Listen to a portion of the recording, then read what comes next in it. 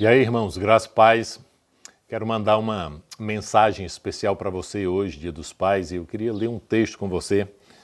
Está aqui em João, capítulo 4, a partir do verso 46. Diz assim, olha, pela segunda vez Jesus foi a Caná da Galileia, onde da água fizera vinho, e ali havia um nobre, cujo filho estava enfermo em Cafarnaum. Ouvindo este que Jesus vinha da Judeia para a Galileia, foi ter com ele e rogou-lhe que descesse e curasse o seu filho, porque já estava à morte. Então Jesus lhe disse, se não virdes sinais e milagres, não crereis? Disse-lhe o nobre, Senhor, desce antes que meu filho morra. Disse-lhe Jesus, vai, o teu filho vive. O homem creu na palavra que Jesus lhe disse e partiu. Descendo ele, logo saíram-lhe ao encontro os seus servos e lhes anunciaram, dizendo, teu filho vive. Perguntou-lhe, pois, a que hora se achara melhor? E disseram-lhe, ontem, às 7 horas, a febre o deixou. Entendeu, pois, o pai que aquela hora era a mesma hora que Jesus lhe disse, o teu filho vive, e creu ele e toda a sua casa. Jesus fez esse segundo milagre quando ia da Judéia para a Galiléia. Papai, eu quero te dizer uma coisa, olha, esse nobre, um homem aqui que não era um oficial militar, mas era alguém da corte do rei, alguém que tinha tudo para não crer em Jesus Cristo, um homem aparentemente comum.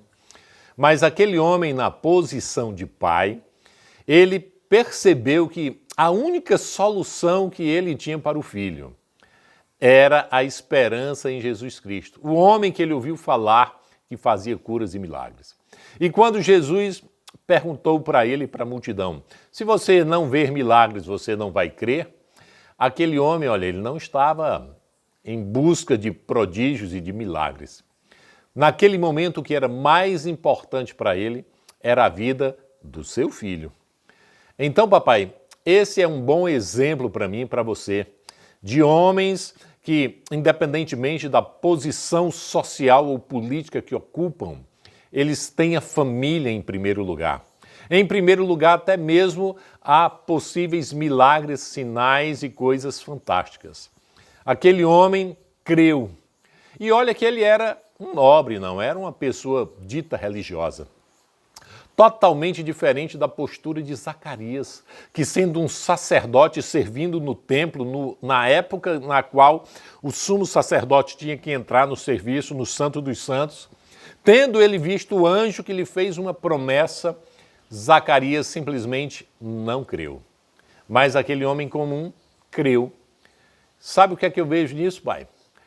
Que você precisa ser um exemplo de fé para que os seus filhos vejam, para que eles venham a crer também igual a você. Do mesmo modo que provavelmente ele vai torcer o time de futebol que viu você torcendo por ele, né? Então, pai, olha, seja esse homem que independente de qualquer coisa, tem os filhos e a família em primeiro lugar, né?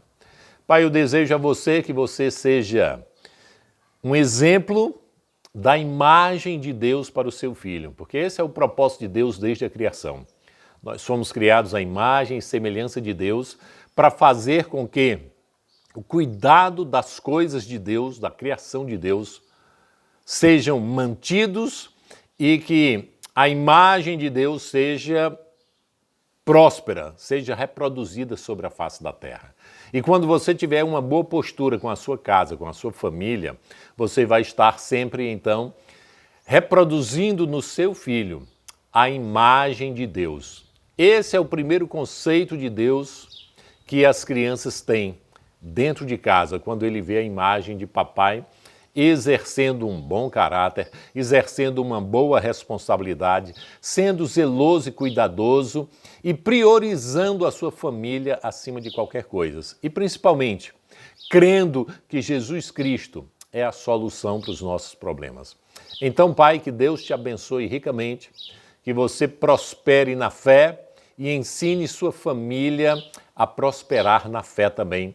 E que a imagem de Deus seja reproduzida conforme a vontade e a esperança de Deus desde a criação.